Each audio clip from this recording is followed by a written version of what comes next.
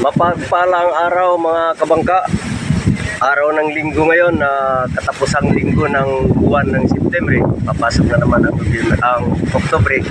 Mga kabangka, malapit na ang Pasko. Mga kabangka, ito update tayo sa ginagawa naming bangka. Puro na ako dito na parang dito na naman papakita ko sa inyo. Pero bago umpisahan mga kabangka itong aking pag-update, narito ako sa tuktok nitong mga kabangka. Sa malakas ang hangin, pasensya na kayo, parang mag-a-appear sa ating video yung buwan ng hangin na mga kabangka. Bago ko pa nga pala itong umpisahan mga kabangka pagpapakita sa inyo, huwag niyong kakalimutan mag-like, comment, subscribe at saka click na rin ang ating notification bell para updated kayo sa video at pag-share na rin mga kabangka. Halina kayo, tingnan natin. Ito na mga kabangka, yung buwan medyo nalaglagan ng dumi itong buko dahil narito kami. Yung buko na yan halos abot kamay na ito dahil sa taas nitong ating ruda. Ayan mga kabangka, nalagyan na ito ng puro mga kabangka na mayroong waxul. Ayun. Doon sa may dulo meron akong patapusin, pero ito bukas i-double coat ko ito. Lunes bukas hugasan ko muna ito, sasabunin ko muna ito mga kabangka, sasabunin ko ito, tapos uulitan ko pagpahid. Second coating tayo mga kabangka bukas. Yan yung ating araw ng linggo ngayon. Ako lang ang mayroong pumasok na iba doon, pero susunod ko na ipapakita sa inyo. Short video ko muna ito mga kabangka dahil mayroon pa akong gagawin storage ng aking kaibigan na si Kuling. Yung bangka na yun, yan din ang nakontrata ko nung nakaraan. Pinaiber ko na yung budiga na yun, 2 budiga at saka kasamang sa mga kabangka. Tapos na yun, medyo natutuwa dahil mabilis natapos. Ayan mga kabangka, bababa tayo mga kabangka, pupunta tayo sa loob. Narito yung aking mga kasama. Nandito may dumating yung bus namin, si Bus Alan.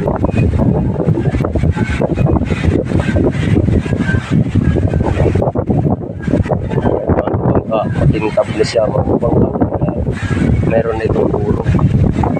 First coating pa lang, second coating tayo bukas mga kabangka. Meron pa ako doon tatapusin kasi okay na, tapos ko na ito pala dito, mula rito mga kabangka hanggang doon sa dulo ng ruda.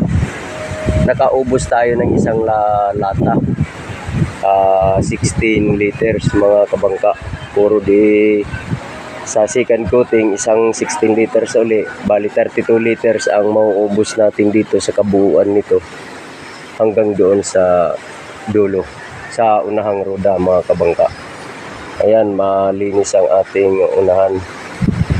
Ayan mga kabangka, ang umpisa nating unang budiga, pangalawa, pangatlo, pangapat, panglima. Bali yung dalawa na yun, yun ang ating istakan ng mga lubid. Yan mga kabangka, yung dalawang ito. Ayan, medyo matarik kaya nilagyan natin ng hams, spike para hindi madudulas ang ating mga tripulante dito mga kabangka. Kawawa naman, baka wag naman sana pag balik ng bangkay baka meron na disgrasya. Mag-iingat na lang sila kasi ito ay madulas talaga ito mga kabangka pagdating na sa laot kung mababasa mga kabangka. Tingnan natin mga kabangka, iikot tayo. Nandito pumasok si Tokayo, yung aming foreman sa tintero. Ayan ang ganda ng pagkagawa ni Jeremy dito. Sila ni Junil ang tumira niyan, pero si Junil nasa kanila, umuwi muna nagbakasyon. Ngayong araw sana ang balik niya, kaso malakas naman yung parang may masamang panahon yata tayo mga kabangka kasi wala na nga yung ating mga wala kayong makikita ng mga bangkaro sa tabing dagat. Naglipat sila, nagtago sila dahil may bagyo daw yata. Kaya lumalakas na nga yung alon, kahit lumalakas na rin ang alon. Ayan.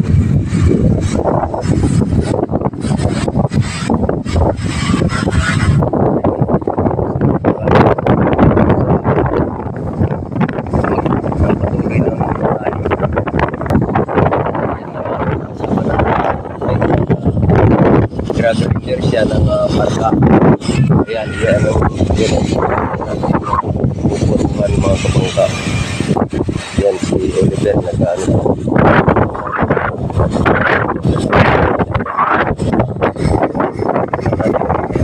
Bababa tayo.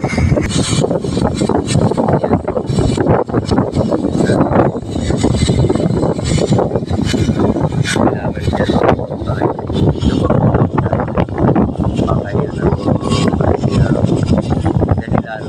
Para kakapitan ng mga sales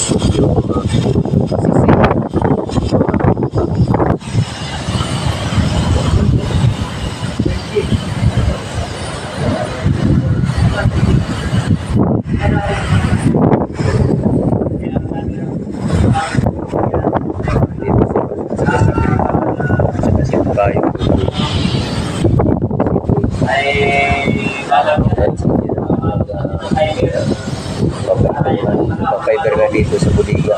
Yan yung budiga din yan, konsumo din yan, mga pangkat yan.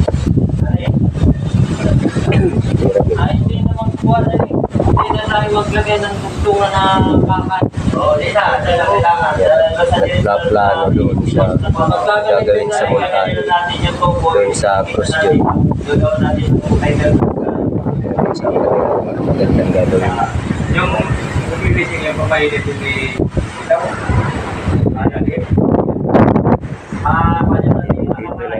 si Greg dito nagpuro din si Greg ayan o makintab na rin dito mga kabangka ayan napuruhan na yan makintab parang pininturahan lang ito mga kabangka pero hindi yung pintura pure racing lang yan siya na may waksol tapos medyo matapang ang pagkatimpla sa hardinero para hindi siya malagkit hindi ito malagkit mga kabangka madulas yan hindi siya malagkit pagka kabangka tama ang timpla natin sa waksol doon sa ating racing hindi siya malagkit mga kabangka madulas siya pero pagka sumobra naman ang ating timpla ng waksol doon sa ating pure racing matagal nang matuyo mga kabangka na 3 araw na hindi pa siya parang hindi pa siya natutuyo sobrang lagkit mga kabangka baliktad tuloy siya pag sumobra ang timpla kaya kailangan ang timpla ng waksol sa tuwan ang timpla ni Greg sa isang lata sa waksol yung takip ng waksol limang takal lang siya doon sa 16 liters yun ang tamang timpla kaya maganda ang kanyang ayan napakadulas mga kabangka madulas siya yan wala siyang kalagkit-lagkit wala talaga buwan siya madulas ganda ang kinalabasan mga kabangka yung paglilinis niya pinaka-importante natin yung paglilinis kasi hindi mahirap hindi siya madikit pagka maglinis kahit buhos-buhos ang tubig o may power spray mabilis lang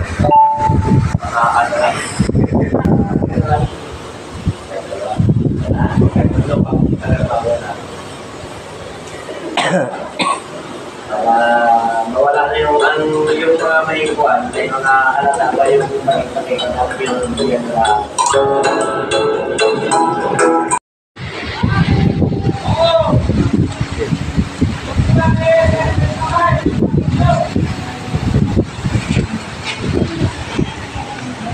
matapang lang pagkatimpla mga kabangka kailangan kasi baka umulan at saka para hindi malagkit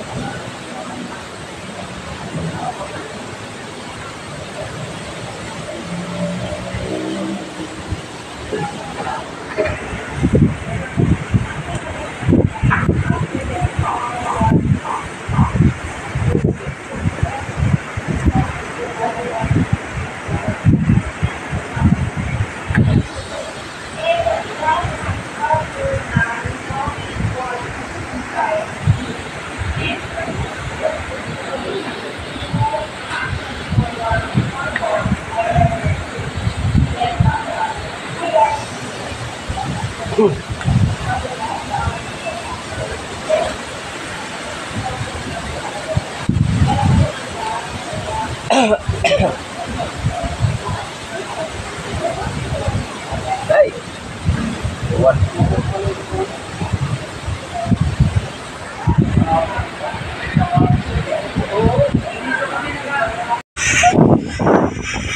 Mga magkabangka, hanggang dito na lang muna yung update natin sa bangkang ginagawa namin. Ako muli ay nagpapasalamat sa inyong lahat, sa mga supporters, viewers, silent viewers, saan mga panig ng mundo. Kumusta kayong lahat at bigyan nawa kayo ng magandang pangangatawan para magagampanan natin ang ating mga tungkulin na araw-araw. Mga kabangka, bago ko tapusin ito, shout out ko yung aking mga kaibigan. Hindi ko na kayo iisa-isahin, yung mga kasamahan kong nagbablog dito sa Infanta Station. Shout out sa inyong lahat. Maraming salamat at God bless you all, mga kabangka.